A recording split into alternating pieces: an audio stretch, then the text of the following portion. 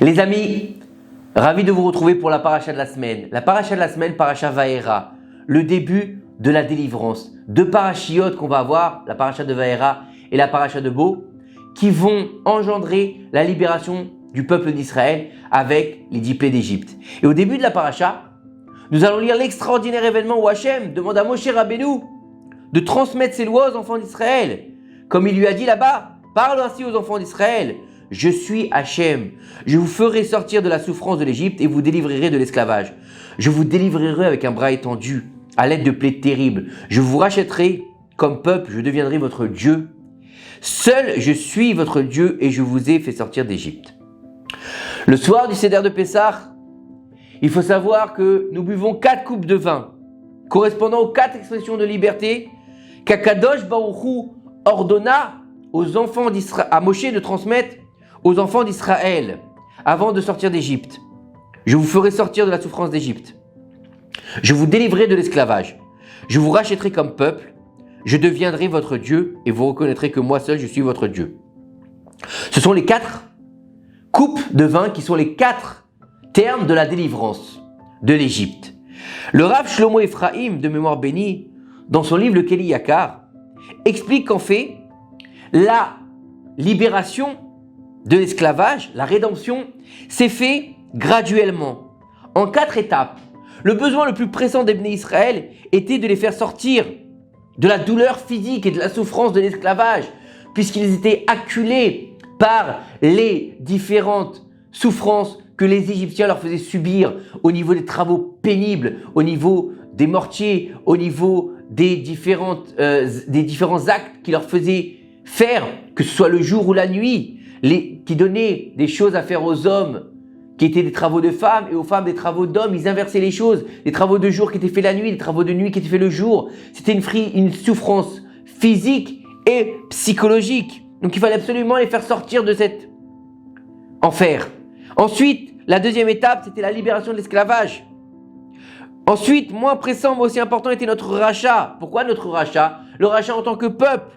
Hachem a dit à Abraham Avinu, ta progéniture sera étrangère. Rachid dit à ce sujet qu'un étranger manque de prestige. Bah oui, un étranger, qu'est-ce qu'il est? Il ne sait pas où se situer, il ne sait pas où il en est. Il ne fait pas partie du pays, il ne fait pas partie du peuple, il se sent un peu mis à l'écart. Et il n'a personne pour le racheter en cas de besoin.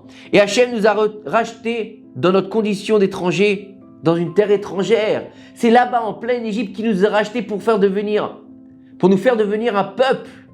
Le peuple d'Israël. Jusque-là, nous étions quoi? Nous étions juste des enfants d'Israël. C'est quoi la différence entre un peuple d'Israël, pourtant on dit la même chose, les béné Israël, Am Israël? Parce qu'en fait, les enfants d'Israël, c'est les enfants de Yaakov, qui étaient juste une maisonnée, qui étaient juste une famille. Une famille est devenue un peuple entier qui va sortir d'Égypte, qui va devenir quand un peuple? Au moment où il sort d'Égypte. Et il faut savoir que il fallait annuler l'état d'éloignement de la présence divine. Comme il est écrit, tout celui qui vit hors de la terre ressemble à un homme qui n'a pas de Dieu. C'est-à-dire que celui qui ne vit pas en Israël, c'est comme s'il n'avait pas de Dieu. Et Dieu, Akadosh Baruch Hu, il a mis les prémices de ce rachat en Égypte même, puisque le but de la sortie d'Égypte était l'entrée en Eretz Israël. La dernière étape que nous pouvons considérer comme l'aboutissement est celle de la reconnaissance du peuple d'Israël et du retour de la présence divine vers son peuple. Puisque n'oublions pas que les Bnei Israël en Égypte avaient atteint le 49e degré d'impureté. Ils étaient à un niveau très éloigné de la présence divine. Il fallait les rapprocher pour les réconcilier avec Akadosh Baruch Hu. Il est clair que Akadosh Baruch Hu, en claquant des doigts si on peut dire ainsi, il aurait pu amener la rédemption sur le peuple d'Israël. Il aurait pu tout de suite les amener au Mont Sinaï et encore plus rapidement les amener en Eretz Israël. Non, il fallait que ça prenne son temps. Il fallait que ce soit graduellement. Pourquoi? Pour nous extraire des profondeurs de l'esclavage pas à pas, en nous permettant ainsi d'apprécier le processus et de pouvoir le digérer en prenant l'ampleur de nos saluts, en comprenant ce qu'Hachem il avait fait pour nous. Si ça avait été trop rapide, on aurait dit bon, on était là-bas et le lendemain on n'est plus là-bas, donc c'est facile pour Akadosh Baruch Hu. Non, regarde où est-ce qu'Akadosh Baruch Hu il a été cherché. Regarde dans quelle profondeur tu étais enfermé et de là-bas il t'a sauvé. comment il est venu te chercher dans les profondeurs de l'Égypte, dans les profondeurs de la Toum'a, de l'impureté d'Égypte, pour te faire avoir un niveau de sainteté qui va te permettre de recevoir la Torah. C'est impossible à comprendre tellement que c'est profond.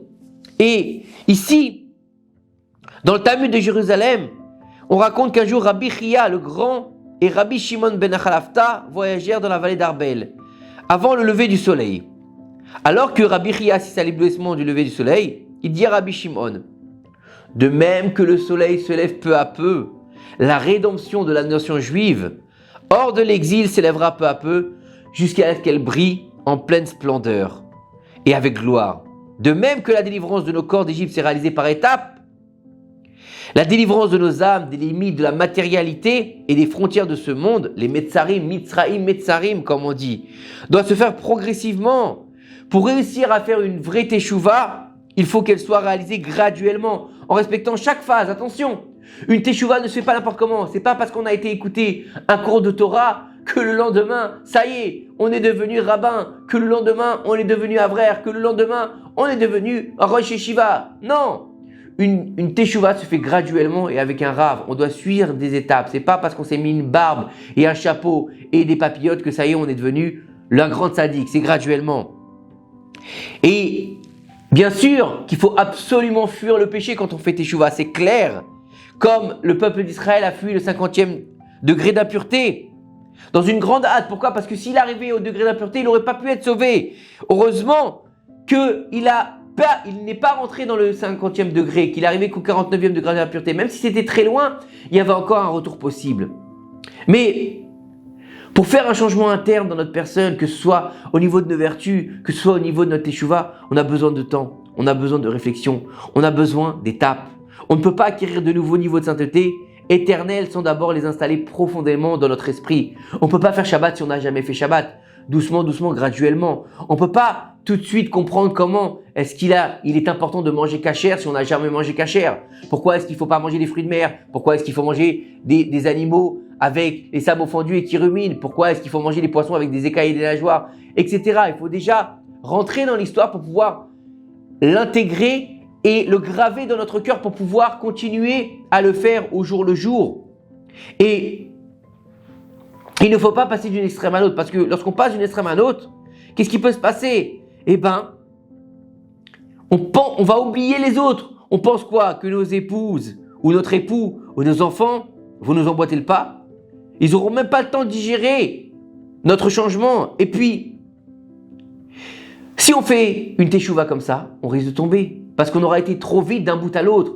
Il faut savoir qu'un Baal Teshuva doit suivre un cheminement vers la sainteté, étape par étape. Il doit aussi observer sa famille, qu'elle soit en phase avec lui, qu'il ne la laisse pas de côté. Il ne va pas dire, maintenant j'ai fait teshuva, j'ai pas besoin de savoir ce que vous faites, vous faites ce que vous voulez, moi j'avance. Non.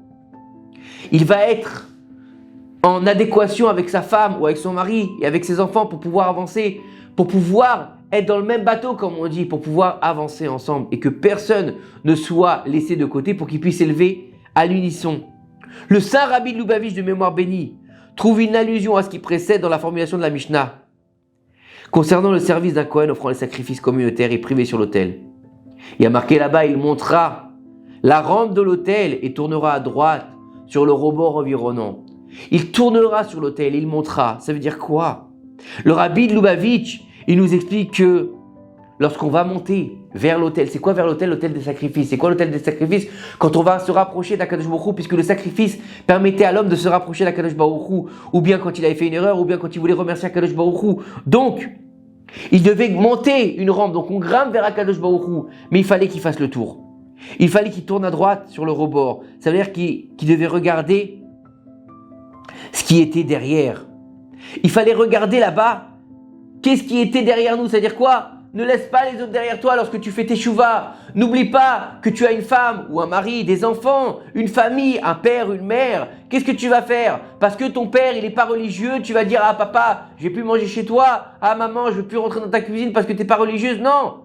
Essaie d'être intelligent et si tu as fait tes teshuva, essaie de leur faire goûter la beauté de la Torah. Et s'ils ne sont pas encore adaptés à ce que tu es devenu, eh ben, fais en sorte de les aider.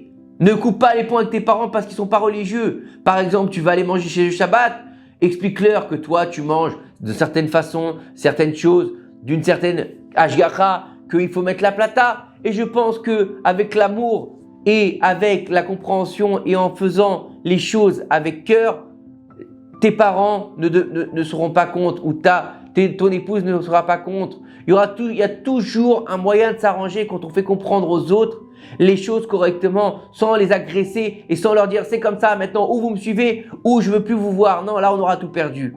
Il faut savoir que le mot coupe, de la coupe que Yosef il avait avec le maître échanson, lorsqu'il lui a interprété le rêve, d'accord? Il est mentionné aussi 4 fois. Et en fait, c'est aussi une allusion aux 4 coupes de vin que nous allons boire la nuit du Seder. Yosef Hatzadik a pris soin de protéger ses 4 facultés de pensée, de parole, d'action et d'émotion, contre la souillure du péché où voulait l'entraîner la femme de Potiphar. Et en fait, la conduite hors du commun de Yosef Hatzadik face à l'impureté a créé la semence spirituelle de la future rédemption du peuple d'Israël, en donnant la force d'être libéré pas à pas des griffes de l'impureté et de récolter les fruits de la sainteté. Il faut apprendre de la conduite de Yosef que les parents qui s'investissent dans la pureté et la sainteté de leur conduite personnelle sèmeront les graines de la délivrance matérielle et spirituelle chez qui? Chez leurs enfants. Ils offrent à leurs enfants une véritable liberté. Même si ils auront des hauts et des bas vis-à-vis de la religion, ces enfants-là, quoi qu'il arrive, ils resteront dans le giron de la Torah. Et il faut savoir que le Or HaChaim HaKadosh, il nous dit que la bénédiction qu'Yaakov a fait à son fils Yehuda, on lavera son vêtement dans le vin ou dans le sang des raisins. En disant à Yehuda, Hachem rachètera le peuple juif par du vin ou du sang. Ça veut dire quoi? Une personne qui débarrasse sa maison des toxines nuisibles à son avancée spirituelle et les remplace par la sainteté en se liant avec les vrais tzadikim de la génération sera rachetée par la voie du vin, c'est-à-dire avec plaisir et miséricorde. Une teshuva avec plaisir et miséricorde, sans avoir passé par les affres des épreuves et des souffrances. L'oralinu, qu'Hachem nous en préserve. Par contre, si au lieu de s'éloigner de la faute, il va s'empencher dans le péché, c'est vrai qu'il sera racheté par le roi Mashiach, mais ce sera par la voie du sang qu'Hachem nous en préserve.